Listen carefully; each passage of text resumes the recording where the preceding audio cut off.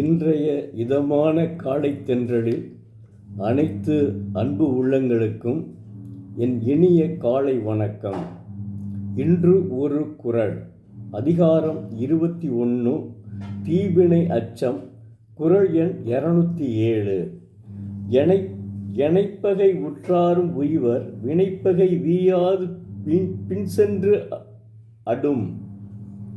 தெய்வப்புலவர் திருவள்ளுவர், எத்துணை பெரிய பகையுடையாரும் அதனை ஒருவாற்றால் தப்புவர், அவ்வாறின்றி தீவினையாகிய பகை நீங்காது புக்கு கொள்ளும் என்கிறார். அதாவது தீய செயல்களை செய்பவர் எப்படியும் தீய வினையிலிருந்து தப்ப முடியாது.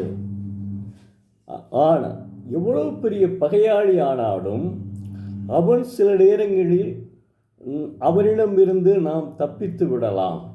ஆனால் நாம் தீமைகளை செய்தால் நிச்சயமாக தீமைகளை செய்தால் நிச்சயமாக அந்த தண்டனை நமக்கு பின்தொடர்ந்தே வந்து எப்படியாவது நமக்கு தண்டனை அளித்தே தீரும் என்கிறார். மாணவ செல்வங்களே, தயவு செய்து உங்களுக்காகத்தான் இந்த குறளை நான் சொல்லி வருகிறேன். இந்த 1133 அதிகாரங்களையும் நிச்சயமாக சொல்லிவிடுவேன்.